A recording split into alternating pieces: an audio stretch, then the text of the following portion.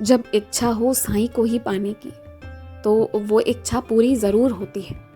ये जो साईं भक्त थी, ये मतलब इनकी सिचुएशन बहुत ख़राब थी, बहुत ज़्यादा।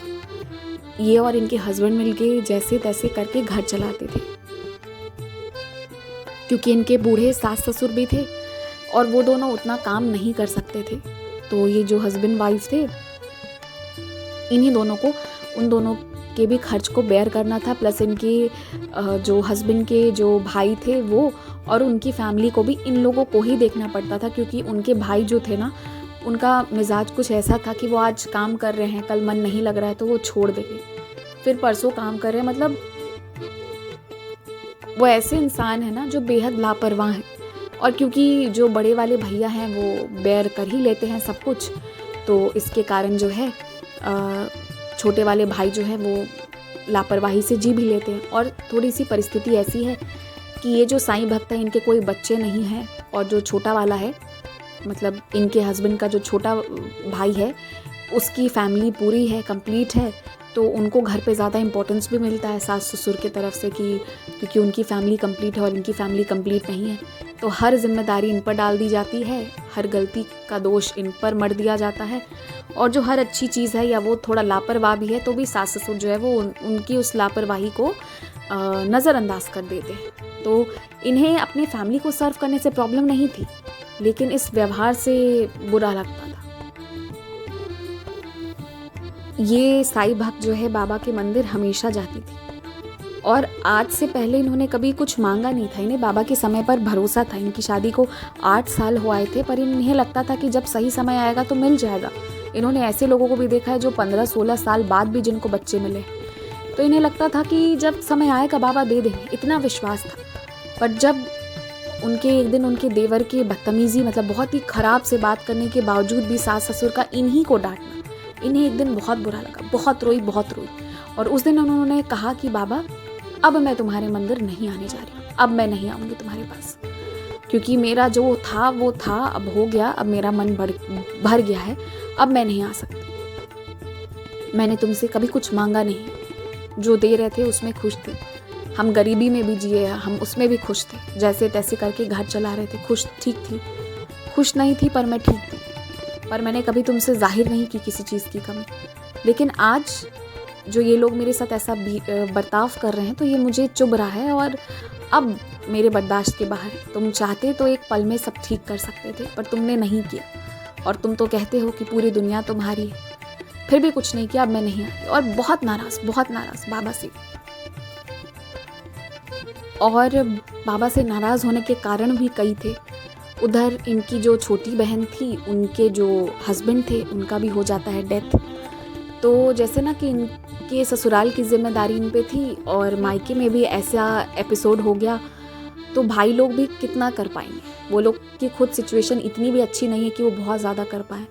तो बहुत परेशान थी, बहुत ज़्यादा। इन्हें समझ में नहीं आ रहा था कि मतलब क्या हो रहा है ज़िंदगी में, और साईं बाबा के रहते हर चीज़ गलत कैसे हो रही है। तो जिस दिन इन्होंने बाबा को छोड़ा था ना, बस ठीक उसी दिन, उसके अगले दिन भी नहीं, ठीक उसी दिन बाबा जो है ना, इनके हस्बैंड के माध्यम से इनके पास आ गए। और जब इनके हस्बैंड ने इनको बाबा की मूर्ति दी, तो ये पूछी कि ये कहाँ से आया है। तो उन्होंने कहा कि मैं वहाँ जब जा रहा था, मतलब जो वहाँ पे मैं काम कर रहा था, एक सेलर आया और वो बहुत ज़िद करने लगा कि ले लो, मैं मतलब बहुत दिन से कुछ खाया नहीं हूँ ठीक से, तो मेरी तबीयत ख़राब है, मुझे खाने के लिए भी पैसे नहीं है, ले लो करके इतना ज़िद किया।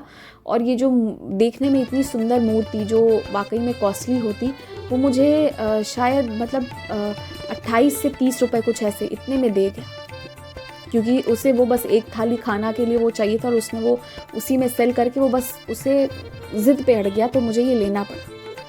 तो ऐसे तो बाबा ज़बरदस्ती उनकी लाइफ में फिर से आ गए, और उनको फिर से बाबा को देखकर कहीं ना कहीं, वो भक्त है ना बाबा की, बहुत नाराज़ है, लेकिन वो भक्ति उमड़ गई फिर से। तो ये बहुत रोने लगी, पूजा नहीं करना चाहती थी, नहीं कर रही थी, लेकिन रो भी रही थी बाबा के पास बैठकर। पर बाबा को जब चक्री घुमानी होती है, तो बाबा कैसे भी घुमा देते हैं।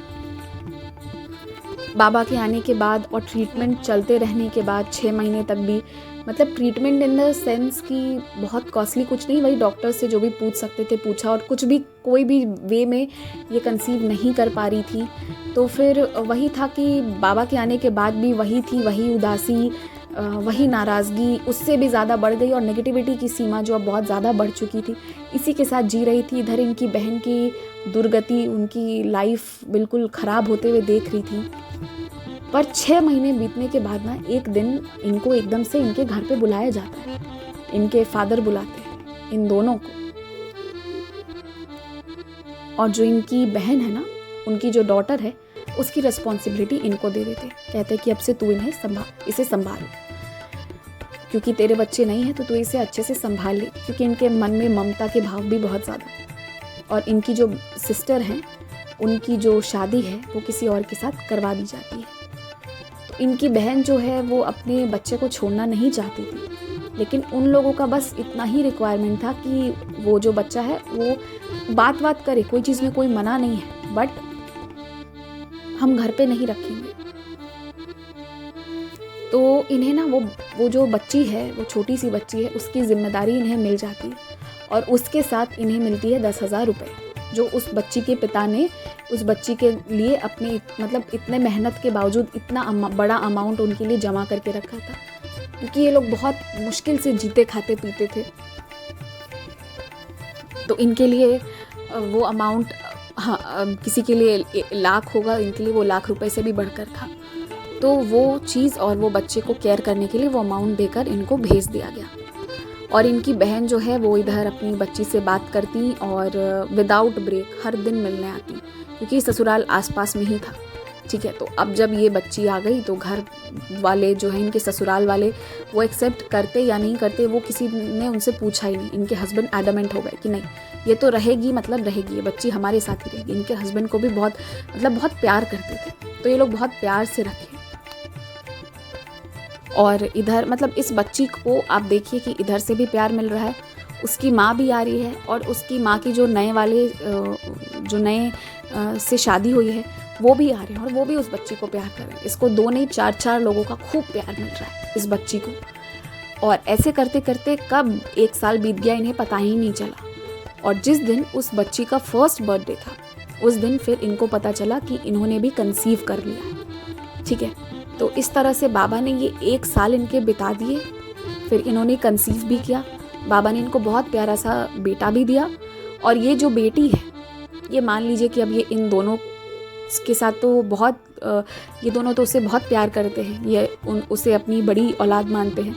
और साथ ही साथ जो उसकी ओरिजिनल मम्मी है वो, और उनके जो हस्बैंड है, हालांकि पहले वो उस बच्ची को नहीं रखना चाहते थे और इसी शर्त पे शादी करी थी, और इनके पास वो बच्ची लाके रख दी गई थी, लेकिन इसके भोलेपन, इसके प्यार ने उन लोगों को भी इतना मोहित किया कि बाद में उसके जो ओरिजिनल मदर है, उसके ससुराल वालों ने भी एक्सेप्ट किया, और वो बच्ची जो है उसको बाबा उसकी माँ के पास वापस भेज दिए, क्योंकि उसकी माँ का प्रेम इतना था कि वो बच्चे के बिना नहीं रह सकती थी। वो तो हर दिन मिलने आती, और मतलब उसकी माँ 1 साल उधर जो है बाबा उनको थोड़ा सा उसकी अहमियत और बताए कि तुम्हारे बच्चे की अहमियत क्या है। और इधर शायद इनकी किस्मत में जो इतना समय का और पेन था कि और इतने समय जो है इनको घर के ताने सुनने पड़ते, उसको कम करने के लिए इस बच्चे को इनके पास लाकर दे दिया था। और फिर इन्होंने कंसीव करा, सब कुछ हुआ, और फिर जो है इनको खुद का भी बेटा मिला। और मतलब दोनों ही घरों को बाबा ने फिर इस तरह से कृपा करके सेटल करी। और जो लोग लापरवाही करते थे तो फिर उसके बाद उनको अपनी अपनी जिम्मेदारी उठानी पड़ी। तो ये है साई लीला कि बाबा अगर नाराज़ हो जाओ तो बाबा मना भी लेते हैं।